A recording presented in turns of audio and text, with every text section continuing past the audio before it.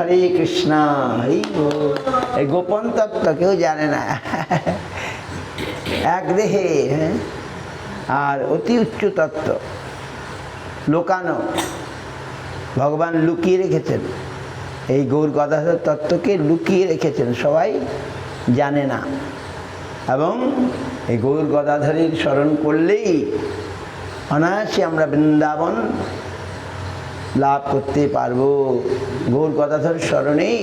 তাই আজ আমরা পুরুষোত্তম মাসের প্রথম দিনে গৌর গদাধরের পাঁচ পদ্মে এসে উপস্থিত হয়েছি। দ্বিজবাণীনাথ তিনি গদাধর পণ্ডিত গোস্বামীর শিষ্য ছিলেন। তিনি প্রথম এই নবদ্বীপে আজ থেকে 500 বছর আগে মহাপ্রভু প্রকটকালে এই গৌর গদাধর বিগ্রহ প্রকাশ করে। যাই হোক, পুরুষোত্তম মাসের কথা আমরা অলরেডি একটু বলেছি। গুরু মহারাজ অমৃষ্টপাদ ভক্তি রক্ষক সুধীর গোস্বামী মহারাজ আমরা আমাদের গ্রুপে দিয়েছি ইংরেজিতে, বাংলায় আজকে দেব, বাংলাতে আজকে দেব। আমাদের গ্রুপে ইংরেজিতে দিয়েছি। গুরু মহারাজের কি সুন্দর বাচনভঙ্গি। পুরুষোত্তম মাস বলতে গিয়ে তিনি বললেন এমন সুন্দর গুরু মহারাজ পয়েন্টগুলো করেন, সব জায়গায় আমরা পাবো না। উনি বললেন পুরুষোত্তম মাস বা বলতে জায়গা মল মাস যেটা, সে তো দুঃখী হয়ে গেল, সকলে তাকে পরিত্যাগ করছে। স্মার্ত ব্রাহ্মণগণ তাকে বলছেন এ খুব খারাপ মাস, এই মাসে কোনো শুভ কাজ করা যাবে না, তাই না? এই বলে মলমাস। তখন মলমাস অত্যন্ত দুঃখিত হয়ে ব্রহ্মার কাছে গেল। বলে ব্রহ্মা বলে নারায়ণের কাছে গেলেন। নারায়ণ বলল চলো আমরা পুরুষোত্তম ভগবান কৃষ্ণের কাছে যাই। নারায়ণও তাকে নিয়ে কৃষ্ণের কাছে গেলেন। কৃষ্ণের কাছে গিয়ে সে তার দুঃখ নিবেদন করলো যে প্রভু কি বলবো, আমাকে সকলে ঘৃণা করে, আমি মলমাস বলে অধিমাস বলে আমাকে সকলে ঘৃণা করে, আর আমার কোনো স্থান নাই, তাই আমি আপনার চরণে শরণাগত হলাম। বাস, গুরু মহারাজ এই পয়েন্টটা দিয়েছেন। মলমাস শুধু গেল না, গিয়ে বলল আমি শরণাগতম, হে প্রভু স্বাগতম শরণাগতম, হে গৌর গদাধর আমরা আসলাম তার কাছে, আমি তোমার শরণাগত। এটা বলতে হবে, কি আসলাম আর প্রণাম করে চলে গেলাম তাহলে হবে না। হে গৌর গদাধর আমি তোমার শরণাগতম, আমি তোমার শরণাগত হলাম, তুমি আমাকে গ্রহণ করো। এইটা হচ্ছে এভাবে বলতে হবে কথা। আরে আসলাম গৌর গদাধরে আসলাম, কিন্তু সেবা করলাম, তাহলে গৌর গদাধরে আসার সার্থক। আসলাম প্রণাম করলাম চলে গেলাম, ওটা মামুলি। আসলাম প্রণাম করলাম চলে গেলাম, মামুলি। আচ্ছা কিছু দক্ষিণা দিলাম, সেটাও মামুলি। কিন্তু হাত দিয়ে সেবা করলে সেটা চিরকাল থাকবে, আমাদের নিয়ে যাবে। এই জন্যে ভগবানের সেবায় আমরা যত সময় না রত হব, ততদিন আমাদের হরিনাম আদির ফলই হচ্ছে সেবায় নিযুক্ত হওয়া। কায় মনোবাক্যে তন মন ধন দিয়ে, যা কিছু দিয়ে, সর্বস্ব দিয়ে যখন আমরা ভগবানের সেবা করব, তখন আমরা আনন্দ পাবো। সেবন্মুখী জিহ্বাদৌ স্বয়ং স্ফুরৎ অদহ। এই হরিনাম এই মুখে হয় না, হয় কি আমাদের? মোটেই তো হয় না, আমার তো হরিনাম হয়ই না। হরিনাম করি মন চঞ্চল, কোথায় চলে যায়, কোথায় ঘুম পায়, কত কি। হরিনাম হয় না। তাই হরিনামে রুচি নাই। অনবদানে হরিনাম তো বলছেন নাম অপরাধ, অমনোযোগী হরিনাম করে অপরাধ। মন নাই, মন অন্যদিকে। তাই এই উচ্চস্বরে সংকীর্তন ভালো। হরিদাস ঠাকুর বললেন উচ্চস্বরে হরিনাম সংকীর্তনে শতগুণ ফল বেশি হয়। মনে মনে জপ করলে বা আস্তে আস্তে করলে যা হয়, উচ্চস্বর হরিনাম করলে শতগুণ ফল লাভ হয়। বুঝতে পারছেন? তো যাই হোক, তো আমরা গৌর গদাধরের কাছে আসলাম, আমরা তার কি সেবা করতে পারি সেটাই আমাদের দেখতে হবে। সেবাই হচ্ছে ভক্তির জীবন। ভক্তির জীবন হচ্ছে সেবা। সে সেবা ছাড়া থাকতে পারে না। আর সেবার দ্বারা সে ভগবানের অতি প্রিয় হয়ে যান, নাকি দিব্য অনুভূতি লাভ করতে পারে। হ্যাঁ, তাই গোপীগণ, আমাদের গুরু মহারাজ বলতেন, কোন গোপীর হাতে হরিনামের মালা দেখি নাই। হ্যাঁ মহারাজ ঠিকই বলে। গুরু মহারাজ বলছেন কোন গোপীর হাতে হরিনামের মালা ঝোলা দেখা যায় না। দেখা যায় কি? কিন্তু তারা সবসময় গোবিন্দের সেবায় মত্ত, গোবিন্দের সেবার জন্যে তাদের জীবন। তো সেই স্তরে আমাদের যেতে হবে, বুঝতে পারেন? সেই ভূমিকায় যেতে হবে। তবে আমরা হয়তো কোনো দিন এই জিনিস বুঝতে পারি। আমরা কি বুঝতে পারি? কিছু বুঝতে পারি না। গৌর কথার তত্ত্বকে বুঝতে পারে? কেউ বুঝতে পারে না। আমাদের গুরু মহারাজ আর্টিকেল লিখেছেন, ওর বাবা আমি তার ভিতরে ঢুকতেই পারি না। গুরু মহারাজ আর্টিকেল লিখেছেন একটা খুব সুন্দর, কিন্তু আমি এর ভিতরে গৌর কথার তত্ত্ব নিয়ে একটা আর্টিকেল লিখেছেন, এত সুন্দর, মানে এত মানে, কিন্তু আমি ঢুকতেই পারি না। ওর কিছুই বুঝতে পারি না। কঠিন তত্ত্ব, কঠিন তত্ত্ব। আবার মহারাজ কঠিন, আবার কিছু কঠিন না। তিনি কৃপা করলে বোঝা যাবে। আবার ওই আগে প্রথম শব্দটা বললেন যে শরণাগত হয়ে গেলে আমরা গেলাম, আর যদি শরণাগত বলা হয় আর উনি যদি স্বীকার করে নেয়, সে একদম আপনার সরল করবে। এই তো পুরুষোত্তম মাসের কি হলো? পুরুষোত্তম মাস গিয়ে বললো, আমি প্রভু, আমি এই জন্য দুঃখটা দরকার। একসময় দুঃখ আমাদের জীবনে ভালো।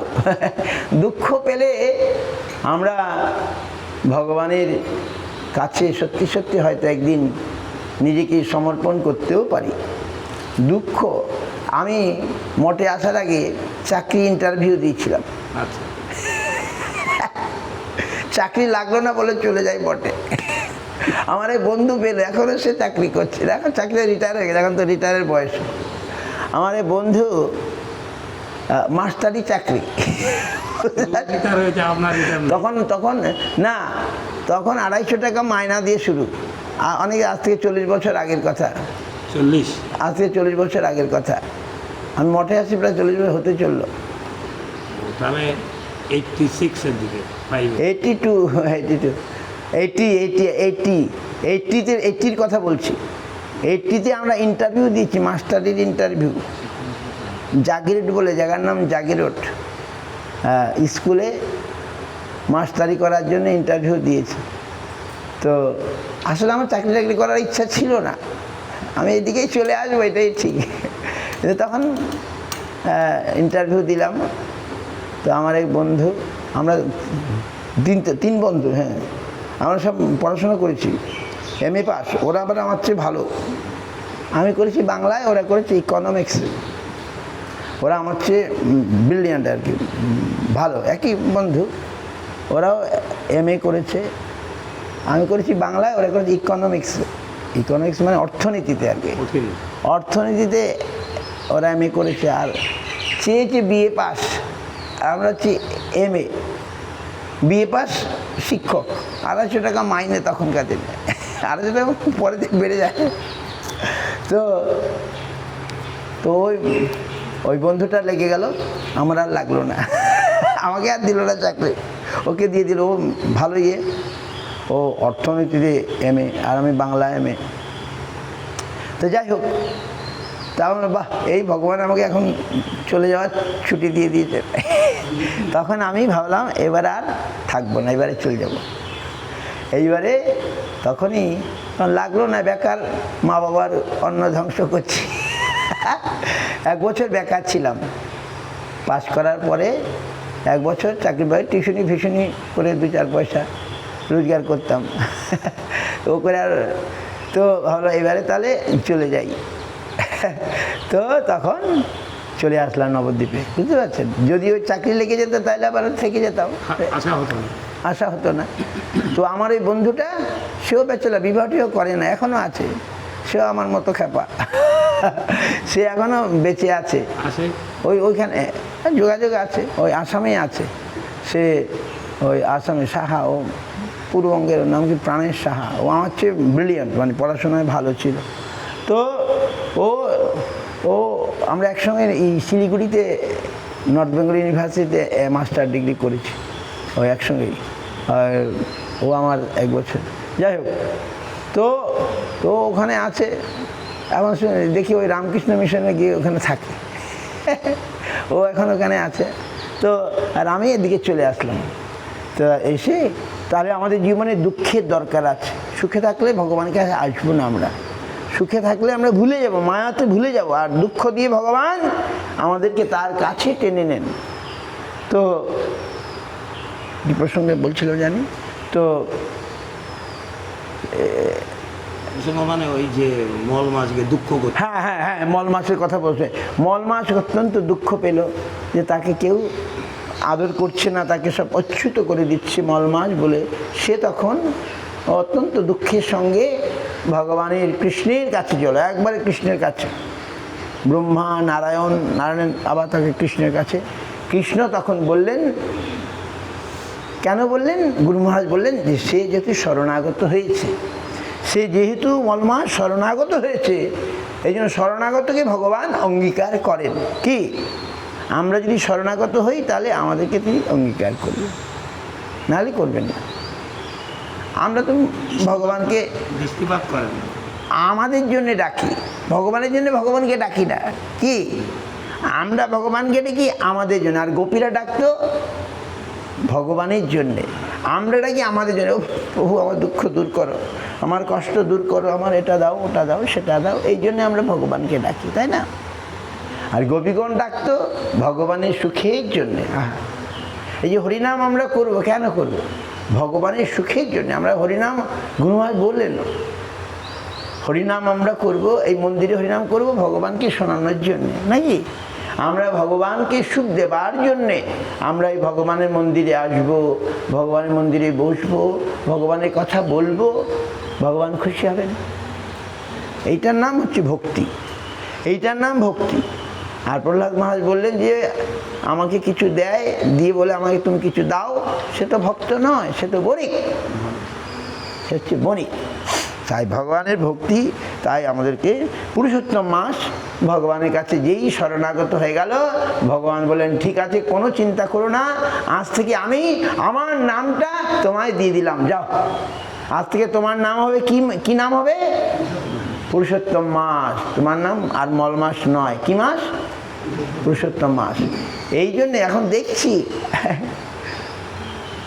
বলছেন কার্তিক দামোদর মাসের চেয়ে এই মাস শ্রেষ্ঠ। বলছে বৃন্দাবনে প্রচুর লোক এখন। হ্যাঁ, রোদের মধ্যে আমি কালকে ফোন করলাম, কথা বললাম যে রোদের মধ্যে দণ্ডপতি পরিক্রমা দিচ্ছে ওরা সব। গরম এখন বৃন্দাবনে 47 ডিগ্রি, 47 ডিগ্রি, বৃষ্টির কোনো দেখাই নেই ওখানে। 47 গরম। কালকে আমি কথা হলো, আমাকে বলছিলাম যাবেন, আমার যাওয়ার ইচ্ছা ছিল এই মাসে আমি ওখানেই যাব, কিন্তু এই মন্দিরে কাজ হচ্ছে, কি বলো, চূড়া, হ্যাঁ চূড়া কাজ হচ্ছে। 3.5 লক্ষ টাকা খালি উপরের খরচ হয়ে গেছে, খালি উপরের যে কাজ হচ্ছে, চূড়াটা দেখা যাচ্ছে। হ্যাঁ হ্যাঁ, চূড়াটা খুব এখনও আমি বললাম রোজে করছে তো, আমি বললাম কন্ট্রাক্টে নাও, কত দেবে? বলে আরও 3.5 লক্ষ টাকা দিতে হবে, যা আছে নামাতে গেলে। আমি কোথা থেকে পাবো? চিন্তা করে যায় না। এইটাই এক ভক্ত এরকম আমাকে হঠাৎ এই 3.5 লক্ষ টাকা দিয়ে দিল কদিন আগে।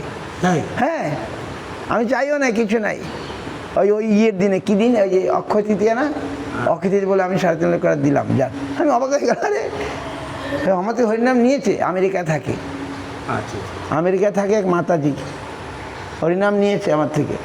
আমি ওই টেলিফোনে হরিনাম হয়েছে, কাছেও আসে নাই, টেলিফোনে। সে বলে আমি, ওরা খুব সেবা করে। হ্যাঁ, কিছু লোক আছে, ওর নাম কি কুসুম দেবী দাসী না, কুসুম দেবী দাসী।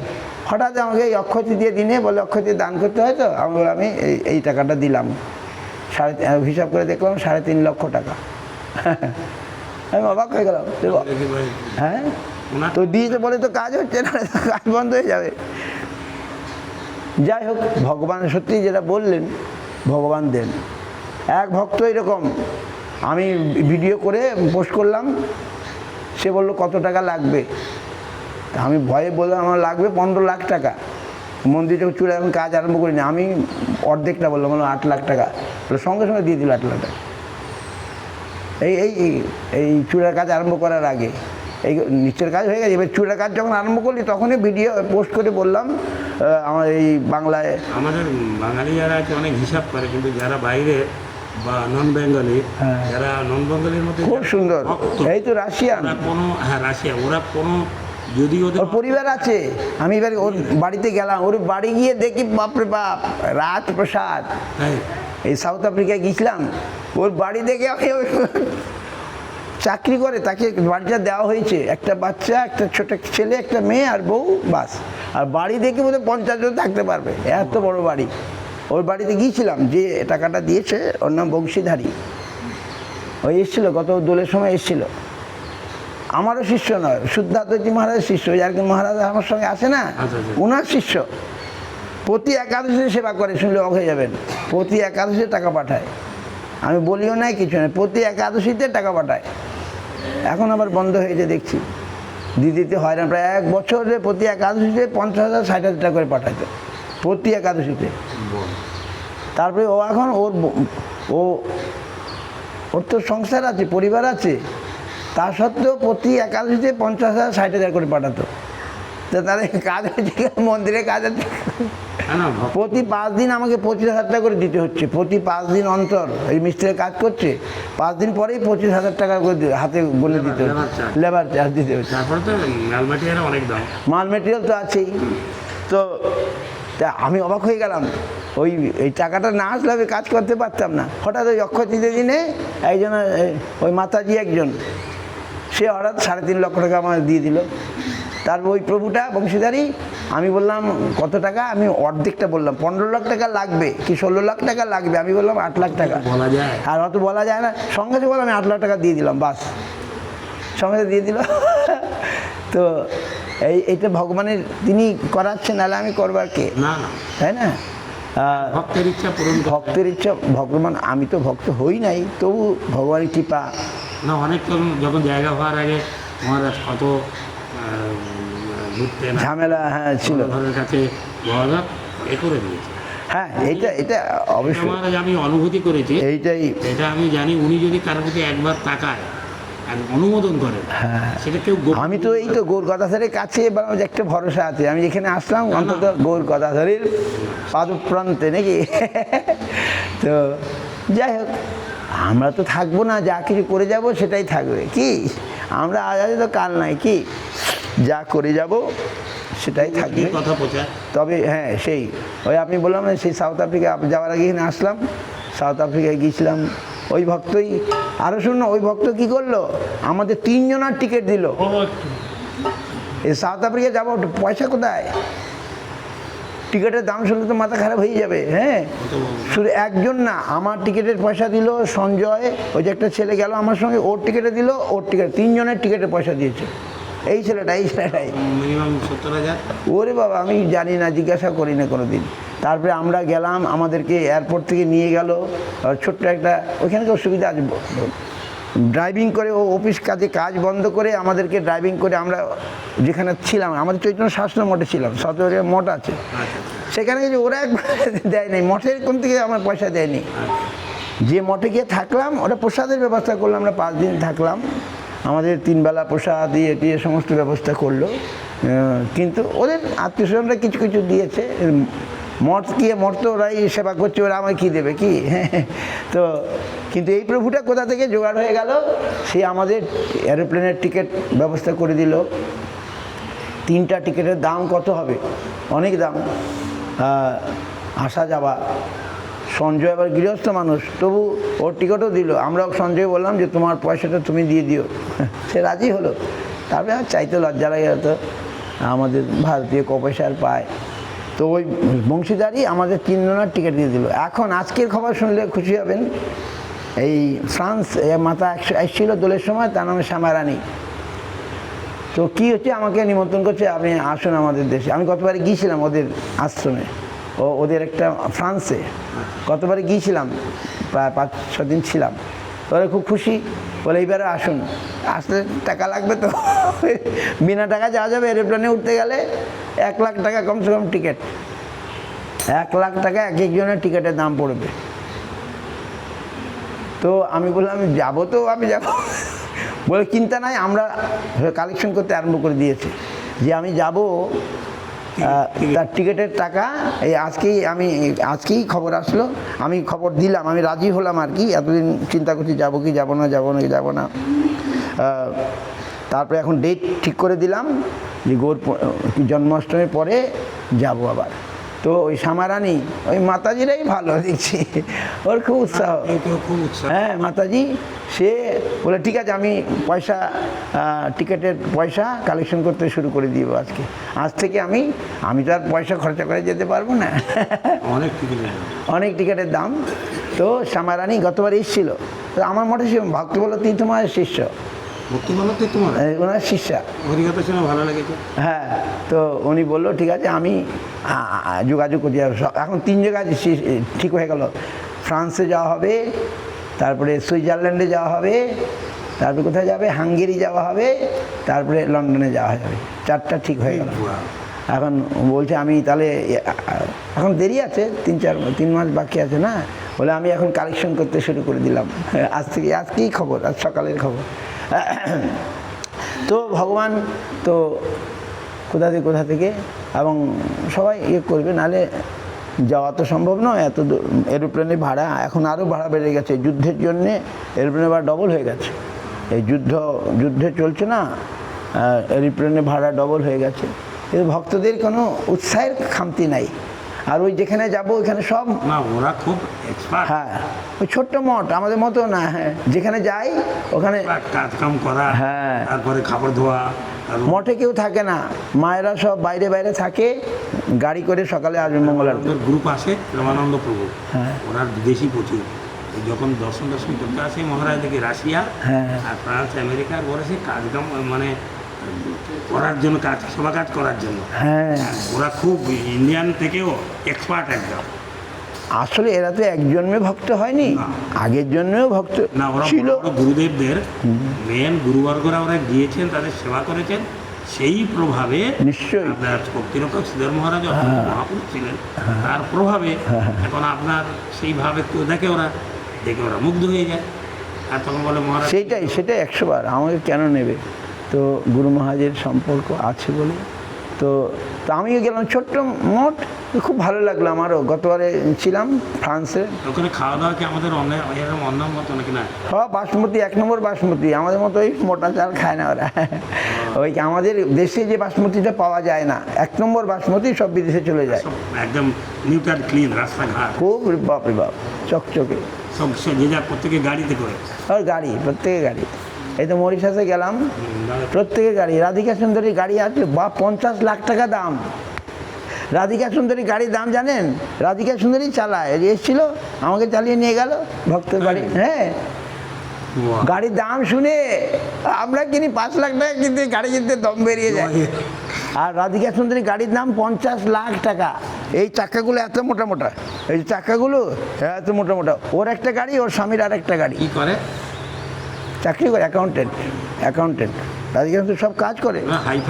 হ্যাঁ, আবার জমি আছে না, এই আনারসের চাষ বাড়ির সামনে, আনারস। তারপরে কি দেখালো, আর 14টা কুকুর আছে, রাত্রে বলে বার করে দেয় 14টা কুত্তা। না, ওটা ভালো নয়। তা আমি বললাম কুকুর তো অশুদ্ধ, বলে না, রাত্রেবেলা আমরা বার করে দিই। ওর পায়খানা সাফ করে না কুকুরে, বলে রাত্রেবেলা বার করে দিই। যাই হোক, বাড়ি এটা রাজপ্রসাদ। ওই যে রাধিকা সুন্দরী আর কি নাম, হরিসুন্দরের বাড়ি রাজপ্রসাদ। আমরা গেলাম, এত সুন্দর। তা আমি বললাম একটা মঠ বানাও, অর্ধেকটা তোমার বাড়ি থাকো আর অর্ধেকটা মঠ। বলে রাজি হয়ে গেছে। অর্ধেক বাড়ি, অনেক বড় বাড়ি, খুব সুন্দর চকচকে ঝকঝকে। আর মরিশাসে প্রত্যেক বাড়িতে হনুমানের কি মূর্তি, প্রত্যেক বাড়িতে ঘরে ঢুকে আপনার হনুমানের মূর্তি আছে মরিশাসে। যেখানে আমরা সব ইন্ডিয়ান তো, এক সময় ভারতীয়, প্রত্যেক বাড়িতে এত বড় হনুমান। আমার ছবি তুলে নিয়েছে, আর বাড়ি কি সুন্দর। আর গাড়ির দাম শুনে সঞ্জয় গেছিল আমাদের, গাড়ির দাম কত? 50 লাখ।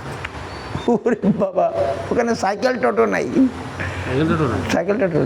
আমাদের সব গাড়ি, কোথাও যেতে হলে গাড়ি। আর গাড়ি এত সুন্দর, মানে খুব সুন্দর, চালাতে কোনো অসুবিধা নেই। আমাদের দেশে এরা সবাই গাড়ি চালাতে জানে, কিন্তু এইখানে পারবে না আমাদের দেশে। আর সে আমি দেখে বাবা 50 লাখ টাকা দাম গাড়ির, আর দুইজনার, স্বামীরও 50 লাখ টাকা দাম, এর 50 লাখ টাকা দাম ওর গাড়ি। মানে ও চাকরি করে, ভালো ইয়ে করে, কাজ করে, নিজেরা ড্রাইভিং করে। নিজের ওখানে আর ড্রাইভার পাওয়া যায় না। তো যাই হোক, খুব সুন্দর। মরিশাসে আমরা থাকলাম 5-6 দিন। মরিশাসের প্রেসিডেন্টের সঙ্গে দেখা হলো, ওনার কাছে গিয়েছিলাম। আচ্ছা, এ করলেন কথাবার্তা? হ্যাঁ, 1 ঘন্টা আমাদের সঙ্গে কথাবার্তা বলছে। মরিশাস ছবি আছে তো সব। আচ্ছা, মরিশাসের প্রেসিডেন্টের কাছে গিয়েছিলাম। আমাদের যেমন প্রেসিডেন্ট ভারতে, যে ওইরকম ওখানে প্রেসিডেন্টের সঙ্গে যোগাযোগ করা হলো। আমরা প্রেসিডেন্টের ঘরে গিয়ে বসলাম, আমাদের সঙ্গে উনি কথা বললেন। ছবি তো আছে, দেখেন না, ছবি আছে। আমাদের সঙ্গে কথাবার্তা বললেন, 1 ঘন্টা ছবি টবি তোলা হলো। তারপরে ওখানকার টিভি সেন্টারে গেলাম, 1 ঘন্টা আমাদের ইয়ে নিল। হিন্দিতে বললাম 1/2 ঘন্টা, হিন্দিতেও বলতে পারি না, ইংরেজিও বলতে পারি না। যাই ওই 1/2 ঘন্টা আমাদের এটা করেছিল ওরা, ওখানে দেখিয়েছে হয়তো। তারপরে রেডিওতে আমাদের ইয়ে নিল, মানে প্রেসিডেন্ট বলে দিল না, আমাদের ভক্তরা সব যোগাযোগ করেছিল। ওই দেশটা আমাদের মতো নয়, খুব ভালো তো, লোক সংখ্যা কম, লোক সংখ্যা কম, আর খুব আদর। আমি ভারত থেকে গেছি, আমার খুব আদর। আমাদের ভারতীয় একজন সাধু আসবে এই খবর দিলেই ওরা ঠিক আছে, আমরা ইন্টারভিউ নেব। টিভিতে ইন্টারভিউ নিয়েছে, 1/2 ঘন্টা ইংরেজিতে, 1/2 ঘন্টা হিন্দিতে। ওখানে সব হিন্দি বোঝে, মরিশাসে হিন্দি বোঝে আর কি। মরিশাসে কিছু লোক আছে। তো যাই হোক, তো ভগবানের কৃপায় এইগুলো হচ্ছে। তো আজকেই ফাইনাল করলাম, আগামী জন্মাষ্টমীর পরে রাধাষ্টমীতে ওখানে যাব, ফ্রান্সে। হ্যাঁ, রাধাষ্টমীতে ওখানে থাকবো। ফ্রান্স, সোনার খনি বেশি। সাউথ আফ্রিকায় সোনার খনি, যেখানে গেলাম সাউথ আফ্রিকা, ওখানে সোনা পাওয়া যায়। হ্যাঁ, তো ওখানে সোনা পাওয়া যায় সাউথ আফ্রিকা যেখানে গেলাম। ওখানে সব কালো লোক, কালো মানুষ।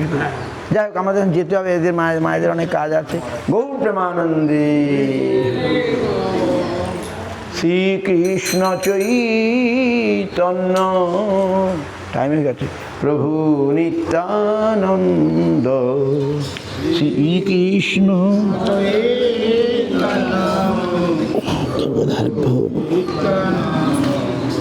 শ্রী অদ্বৈত গদাধর শিবাসাদি গৌর ভক্ত বৃন্দ, শ্রী অদ্বৈত